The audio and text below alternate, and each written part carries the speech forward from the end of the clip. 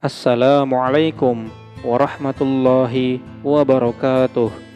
Bismillahirrahmanirrahim. Alhamdulillahi rabbil alamin. Allahumma salli wa sallim wa barik ala sayyidina Muhammad wa ala ali sayyidina Muhammad. Sahabat rahimakumullah dimanapun Anda berada, semoga kita semua selalu diberikan kesehatan, dimudahkan rizkinya, dan dikabulkan semua hajatnya. Amin ya Allah ya Rabbal Alamin. Pada video kali ini, insya Allah saya akan membahas tentang 7 dampak buruk hutang dalam Islam. Hutang atau al-qard mempunyai arti memotong atau dengan kata lain memberikan harta yang dimiliki kepada orang lain untuk digunakan dengan benar dan nantinya akan dikembalikan kepada orang memberikan harta tersebut. Dalam kehidupan saat ini, hutang piutang sudah menjadi satu hal yang biasa, bahkan dapat dikatakan telah menjadi lifestyle seseorang ketika dirinya tidak mempunyai uang. Berikut ini penjelasan mengenai 7 bahaya hutang dalam Islam. Yang pertama, jenazahnya tidak akan disolati oleh tokoh-tokoh agama dan masyarakat. Bahaya hutang yang pertama yaitu ketika orang yang mempunyai hutang meninggal dunia, maka jenazahnya tidak akan disolati oleh tokoh-tokoh agama dan juga masyarakat. Dalam hadis riwayat Al-Bukhari nomor 2289 menjelaskan bahwa Rasulullah tidak mau mensolati jenazah orang yang mempunyai hutang kemudian belum membayarnya dan tidak mempunyai harta peninggalan sesepeser pun. Rasulullah baru mensolatkan jenazah orang tersebut ketika ada sahabatnya yang berkata bahwa dirinya siap menanggung semua hutang yang dimiliki jenazah tersebut. Oleh sebab itu, janganlah Anda membiasakan untuk melakukan transaksi hutang piutang kecuali memang berada pada suatu keadaan yang sangat darurat.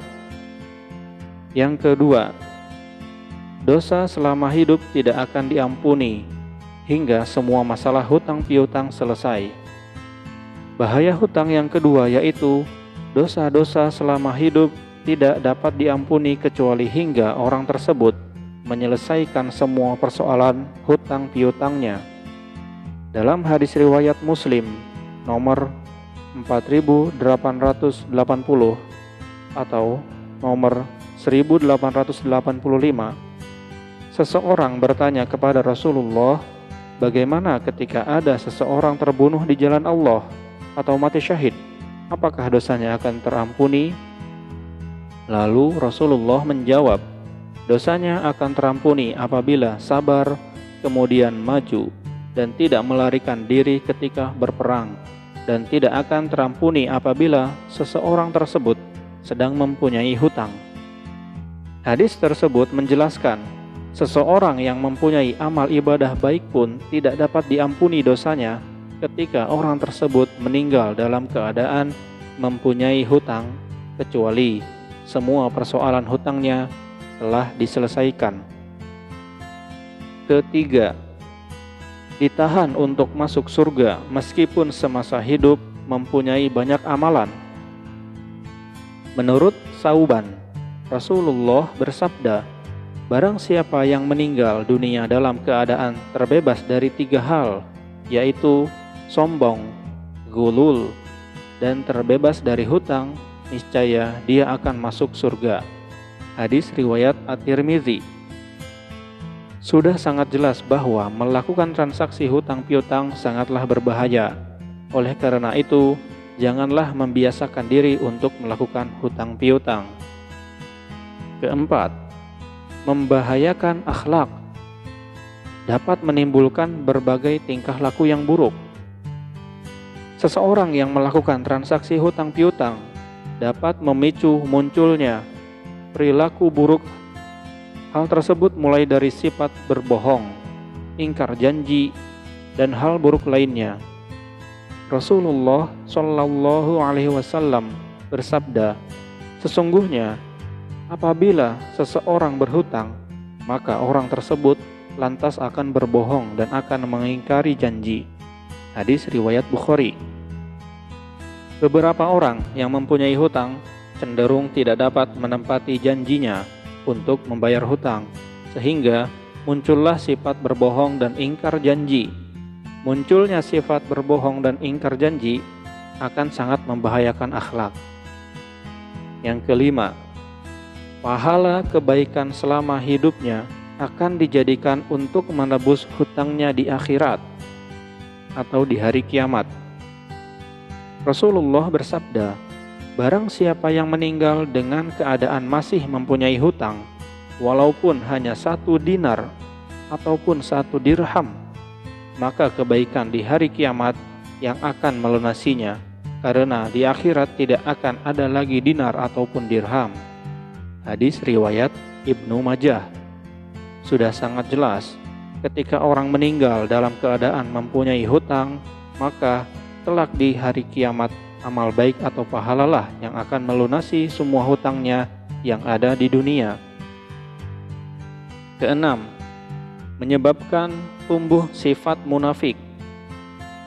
Rasulullah Shallallahu Alaihi Wasallam bersabda bahwa seseorang, ciri-ciri orang munafik ketika mempunyai 4 sifat atau salah satu dari 4 sifat tersebut pada dirinya. Di antaranya yaitu, jika dia percaya maka berkhianat, jika berjanji dia mengingkari, jika berbicara dia berbohong, dan jika berdebat maka dia akan curang. Orang yang mempunyai hutang pada saat belum mempunyai uang untuk membayarnya, kemungkinan untuk berbohong akan sangat besar, sehingga ketika orang tersebut berbohong, maka dapat dikatakan orang yang munafik. Ketujuh, menjadi pemicu sifat tidak jujur. Pada saat seseorang mendapatkan pinjaman uang, tentunya akan merasa sangat bahagia, karena berbagai persoalan yang ia hadapi dapat teratasi dengan apa yang telah ia pinjam. Akan tetapi, pada saat akan membayar hutang tersebut, mungkin saja tidak berlangsung dengan lancar. Tidak setiap waktu dapat membayar hutang dengan lancar. Ada beberapa orang yang mengalami hambatan ketika akan membayar hutang, sehingga muncullah sebuah masalah. Karena takut dengan orang yang menagih, kemungkinan orang untuk tidak jujur sangatlah besar. Berbagai alasan dibuat agar dirinya mendapatkan waktu yang diperpanjang untuk membayar hutangnya.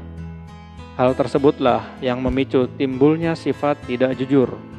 Perlu diketahui bahaya berbohong dan hukumnya dalam Islam.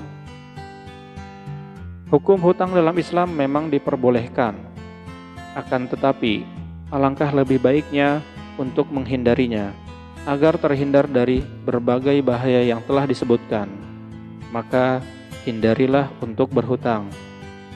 Berserahlah kepada Allah dan tetap berusaha sekuat tenaga agar dimudahkan rizki dan segala urusan di dunia menjadi lancar.